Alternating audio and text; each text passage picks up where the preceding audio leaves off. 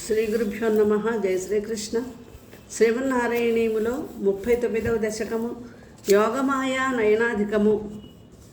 భవంతమయముద్వహం యదుకులోద్వహో నిస్సరం దదర్శ గగనోచ్చలజ్జలభరాం కలిందాత్మజాం అహో సలిల సంచయ స పునః ఐంద్రజాలోదితో జలోఘైవ తక్షణాత్ ప్రపదమేయతాం ఆయయౌ.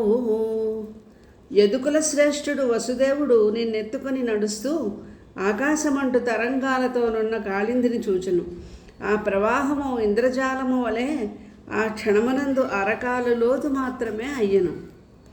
ప్రసుప్త పశుపాలికాం నిభృతమారుదద్బాలికాం అపావృత కవాటికాం పశుపవాటికామావిశన్ భవంతమయ మర్చయన్ ప్రసవతల్పకే తత్పథాత్ వహన్ కపటకన్యకాం స్వపురమాగతో వేగతః. నిద్రాముద్రితపాశుపాలకము నిర్నిద్రారుదద్బాలికము ఉద్రోధోరు కవాటమున్ పశుపగేహోపాంతవాటము సచ్చిద్రూపా చనిసూతికా శయన వాసింజేసి ఆ సౌరి దివ్యద్రక్తింజనంతనెత్తికొని మాయాకేలికన్ బాలికన్. పశుపాలురు నిద్రించిది. ఇది యశోద గృహమని తెలుపుతూ ఆమెకు పుట్టిన శిశువు కొంచెము కొంచెముగా ఏడ్చుచుండెను. తమంతట నా ఇంటి తలుపులు తెరుచుకొనినవి. వసుదేవుడు నందగోపుని ఆ ఇంట ప్రవేశించి యశోద పురిటి మంచంపై నించి అచటగల మాయా శిశువుని ఎత్తుకొని వేగముగా తన పురమునకు తిరిగి వచ్చెను. తతస్త్వదనుజారవక్షపిత నిద్ర వేగద్రవత్ భటోత్కర నివేదిత ప్రసవ వార్తయైవర్తిమాన్ విముక్త చికురోత్కరస్త్వరితమాపతన్ భోజరాట్ అతుష్టయవ దృష్టవాన్ భగినికా కరే కన్యకా. మాయా శిశువు యొక్క ఏడుపు విని నిద్రాభంగమై వేవేగా పరుగెత్తి కారాగార భటులు దేవకి పురిటివార్తను తెలుపగా ఆర్తి చెంది తల ఒడివీడ పరుగు పరుగున వచ్చి ఆ భోజరాజు చెల్లెలి హస్తమందున్న ఆడ శిశువును చూచి సంతుష్టి చెందడయ్యను. ధ్రువం కపటశాలినో మధుహరస్య మాయా భవేత్ అసావితి కిశోరికాం భగినికా కరాలింగితాం ద్విపో నళినికాంతరాదివ మృణాలికాం ఆక్షిపన్ నయంత జనుజాం అజాం ఉపలపట్టకే పిష్టవాన్. నిజముగా ఇది కపటియగు మధుసూదనుని మాయయే అని అయ్యుండునని చెల్లెలి చేయిన అంటుకొని ఉన్న ఆ శిశువును ఏనుగు తామరతీగ నుండి తూడును లాగినట్లుగా లాగికొని ఈ చెల్లెలకు మాయను రాతిపై వేసి నలిపివేసెను.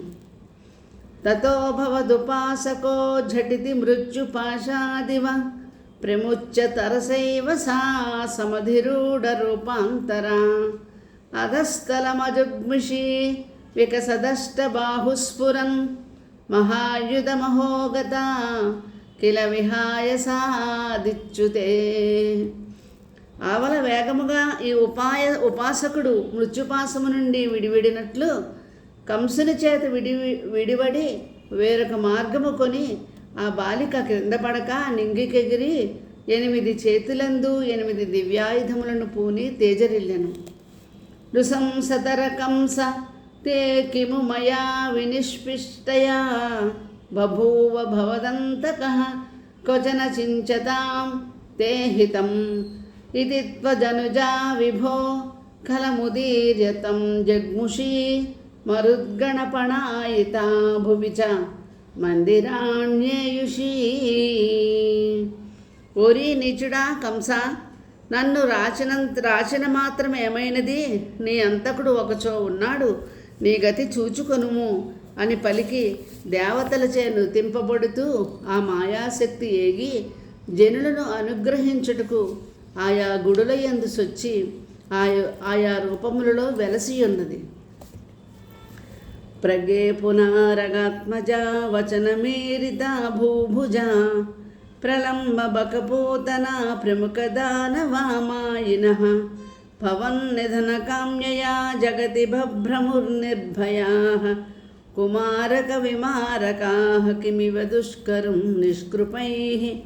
మరునాడు ఉదయమున కంసుడు ప్రళంబ బక పోతన ప్రముఖ దానవులకు ఆ శిశువు మాటలు తెలుపగా, దురభిమానులైన ఆ రక్కసులు నిన్ను సంహరింపదలిచి జడుపు విడిచి శిశుమారకులై లోకమందు చరించిరి. నిర్దయులకు చేయరాని ఘోరమేమియుండును. తతః పశుపమందిరే త్వయి ముకుందనందప్రియా ప్రసూతి శయనే శయే రుదతి కించిత్ అంచత్పదే విభుజ్య వనితా జనైః స్తనయ సంభవే ఘోషితే ముదా కిము వదామ్యహో సకలమాకులం గోకులం.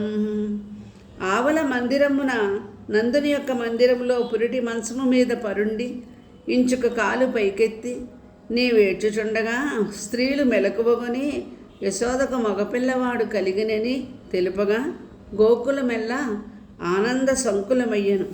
ఆ వైభవం ఏమి చెప్పుదును. అహో కలు యశోదయ నవకలాయ చేదోహరం భవంతమలమంతికే ప్రథమమా పిబంచాదృశా పునస్తనభరం నిజం సపది పాయయంచ ముదా మనోహరతనుస్పృశా జగతి పుణ్యవంతోజితాః. ఆహా యశోద, ఇరుగుడు పువ్వులే నల్లనై చక్కగానున్న నిన్ను మునుముందు తన చూపులచే త్రావి ఆవుల నీకు తాను చనుగుడిపి నీ మనోహరమైన నెమ్మేను నిమురుచు సర్వభువనములయందున్న పుణ్యశీలురందరకు పైచేయ్యై ఒప్పెను. భవత్కుశల కామ్యయా సఖలు నందగోపస్తదా ప్రమోదపరశంకులో ద్విజకులాయ కిం న దదాత్ తథైవ పశుపాలకాః కిమున మంగళం తేనిరే జగత్రతయ మంగళ త్వమిహ పాహి మాం ఆమయాత్. నందగోపుడు నీ క్షేమమును కోరి ఆనందభరితుడై బ్రాహ్మణ సంగమునకు మనసారా ఈయనది లేనేలేదు. అట్లే గోపకులను వనరింపనటువంటి మంగళములు లేనేలేవు. సకల భువన మంగళమూర్తివైన నీవు నన్ను ఆదివ్యాధుల నుండి స్వామి రక్షింపవలయు. స్వస్తి.